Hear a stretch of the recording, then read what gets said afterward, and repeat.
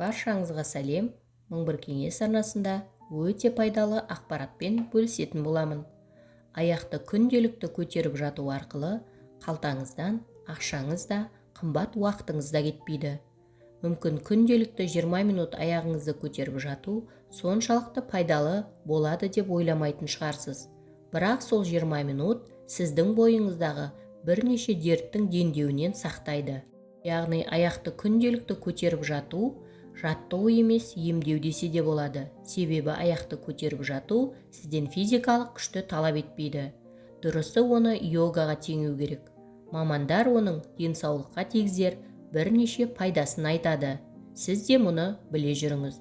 Жүректің жұмысы туралы бір сәтке болсын ойландыңыз ба? Күніне қаншама жұмыс атқарады. Бойыңыздағы қанды айдап, тырнақ ұшына дейін жеткізіп қамтамасыз етеді. Кейде қан айналымы өз жұмысынан жаңылып, аяқта варикоз пайда болуы мүмкін. Сізде де келеңсіздік байқалса, бірден аяқты көтеріп жатыңыз. Жаттығумен денеңіз сұлуланып, не болмаса аяғыңыз әдемі болып кетпейді. Алайда аяқтағы тамырлардың кеңеюінің алдын алады. Жаттығуды қалай жасауға болады? Шалқаңыздан жатып, аяғыңызды жоғары көтеріп, қабырғаға тіреңіз. Сонда денеңіз жерде, ал аяқтарыңыз тікесінен тұру керек. Денені осы қалыпта 20 минут ұстап тұрыңыз. Қолдарыңызды барынша еркін ұстаңыз. Басқа ешбір қимылды қайталаудың қажеті жоқ.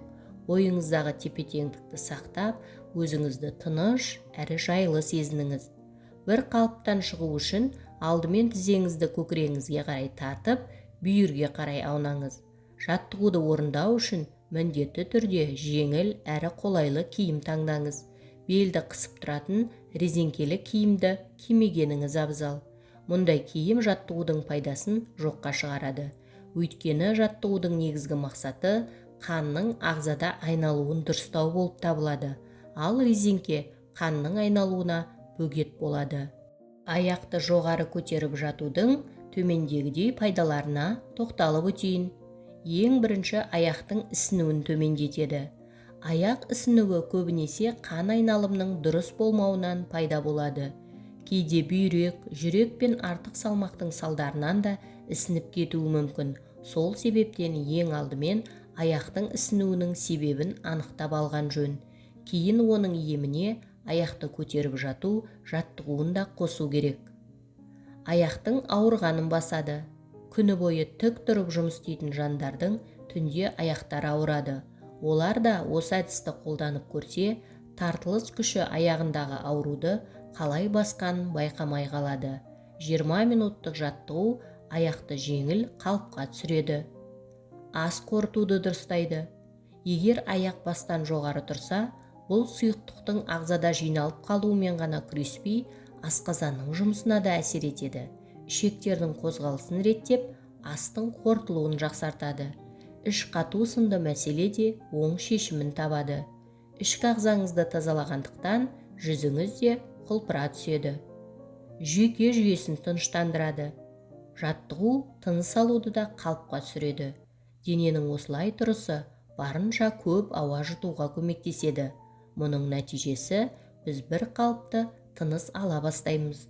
Бұл жүйке жүйесіне де тыныштық сыйлап, іш, мойын бұлшық етіне түсетін күшті басады. Жан тыныштығы. Жаттығу мидың оттегімен барынша толтырып, оны тыныштандырады. Тән мен жанда тыныштық пен үйлесімділік орнайды. Жаттығуды күн сайын жасасаңыз, көп өтпей-ақ жағдайыңыздың жақсара түскенін байқайсыз. Бір ескертетін жайт, кез келген жаңа терапияны қолданбас бұрын дәрігерден кеңес алуды ұмытпаңыз. Бүгінгі пайдалы ақпаратым кәдеңізге жарасын.